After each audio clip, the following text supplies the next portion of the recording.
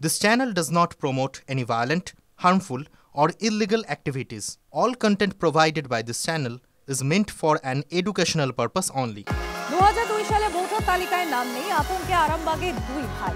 2002 ও তার পরেও ভোট দিয়েছেন, কিন্তু তালিকায় কেন নাম ওঠেনি বুঝতেই পারছেন না সরফরাজ ও সিরাজ উদ্দিন খান। দুই ভাইয়ের নাম থাকলেও পরিবারের বাকি সদস্যদের নাম রয়েছে বলে জানা যাচ্ছে তালিকাতে। আমরা পরপর ভোট দিয়ে আসছি, 2025-এও ভোট দিয়েছি, 2014 দিয়েছি, 2007-এ দিয়েছি, পরপর ওইদিকে সব ভোট দিয়ে আসছি। 1995 থেকে ভোট দিয়ে আসছি, কিন্তু এখন যেটা 2002 ছাড়া সমস্ত এটাই রয়েছে, ডকুমেন্ট রয়েছে, শুধু 2002-এর পেপারটা আমার কাছে নেই। আতঙ্ক দাদা ভালোই আছি, কোন পেপার লাগবে না লাগবে এটা তো আমি বলতে পারছি না। এখন সরকার কি পেপার চাইছি, যতক্ষণ না আমার কাছে এসে পৌঁছায় ততক্ষণ। সরকার তো বলছে পাশে আছি, সাধারণ মানুষ পাশে আছি দাদা। এখন কি পেপার যদি সেই ডকুমেন্টস আমার কাছে না থাকে তারপরে আবার কি হয়। এখন যে 2002-এর যে ইলেকশন কমিশনার যে আপনার জারি করেছে, 2002-এর যে ভোটার লিস্ট জারি করেছে, সেই জায়গাতে দুটো দাদার নাম দেখা যাচ্ছে না। ক্লাস হচ্ছে 2025-এর তো যে রয়েছে, সেই 25-এতেও রয়েছে, 24-এও ভোট দিয়েছে, তার আগেও ভোট দিয়েছে।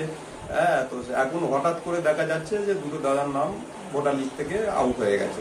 তো এই বাবার যেহেতু আছে, রক্তের সম্পর্কতার বাবা যেহেতু আছে, তো বাবার আমরা এপিক নাম্বারটা দেব, তার সাথে সম্পর্ক যেটা আছে রিলেশনশিপ সেটা আমরা লিখছি, এবং তার অংশ number, part number, serial number যা আছে তা কিন্তু আমরা বিস্তারিতভাবে ওখানে আমরা নথিভুক্ত করছি। কাজে ওনাদেরকে আমরা বলবো আপনারা ভয় পাবে না। যেহেতু 2002 সালের এসআইআরে ওর বাবার ওর মার নাম রয়েছে, এদের কোনো ভয় নেই। একদম নির্দ্বিধায় বলা যেতে পারে যে এদের কোনো ভয় নেই। অযথা যারা আতঙ্ক ছড়ান তাদের এই আতঙ্কের আতঙ্কিত হচ্ছেন বটে, কিন্তু আতঙ্কিত হওয়ার কোনো প্রয়োজন নেই। নতুন মাটির রাস্তা ঢালাই হয়ে যাচ্ছে, অথচ ওয়ার্ডের পুরনো রাস্তাগুলোর বেহাল অবস্থা কেন? তৃণমূল কাউন্সিলর জবাব দাও। ড্রেন সহ ঢালাই রাস্তার দাবি তুলে গাটাল পুরসভার 17 নম্বর ওয়ার্ডের বিভিন্ন এলাকায় পোস্টার সিপিআইএম এর। কুশপাতা, গোবিন্দপুর সহ বেশ কিছু এলাকায় রাস্তাঘাটের বেহাল অবস্থার কারণে যাতায়াতের সমস্যার কথা তুলে ধরেই এই পোস্টার।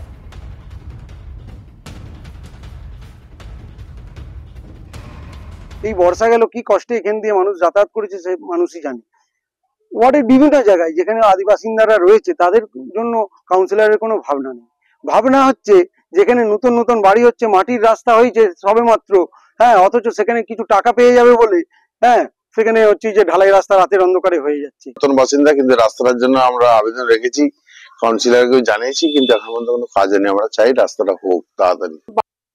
আমাদের হচ্ছে এই ওয়ার্ডে মানে ওরা হচ্ছে উন্নয়ন বিরোধী দল। প্রথমত ওরা হচ্ছে উন্নয়ন বিরোধী দল, ওরা মানুষের সঙ্গে ওদের যোগাযোগ একদম বিচ্ছিন্ন। ওরা ওয়ার্ডটা কোনোদিন ঘুরেও নি, দেখেও নি যে ওয়ার্ডে কোথায় ঢালাই কাজ হচ্ছে, কোথায় কি উন্নয়ন হচ্ছে, ওদের সেই ধারণাও নেই, সেই জ্ঞানও নেই। পুরুলিয়া স্কুলের হস্টেলের ভেতর থেকে উদ্ধার ছাত্রের দেহ। গতকাল সন্ধ্যে কোচিং থেকে হস্টেলে ফেরে ওই নবম শ্রেণীর ছাত্র, তারপরেই ঝুলন্ত দেহ উদ্ধার। পরিবারের অভিযোগ, ছেলের মৃত্যুর কথা কর্তৃপক্ষের তরফে জানানোই হয়নি তাদের। আজ সকালে পরিবারের লোকজন হস্টেলে এসে বিক্ষোভ দেখায়। গত শনিবার ওই ছাত্রকে স্কুলের এক শিক্ষক মারধর করেন। তপন রয়েছেন আমার সহকর্মী আমার সঙ্গে। তপন, কি কারণে এই ভয় করুণ পরিণতি নবম শ্রেণীর ছাত্রের, কি জানা যাচ্ছে এখনো পর্যন্ত?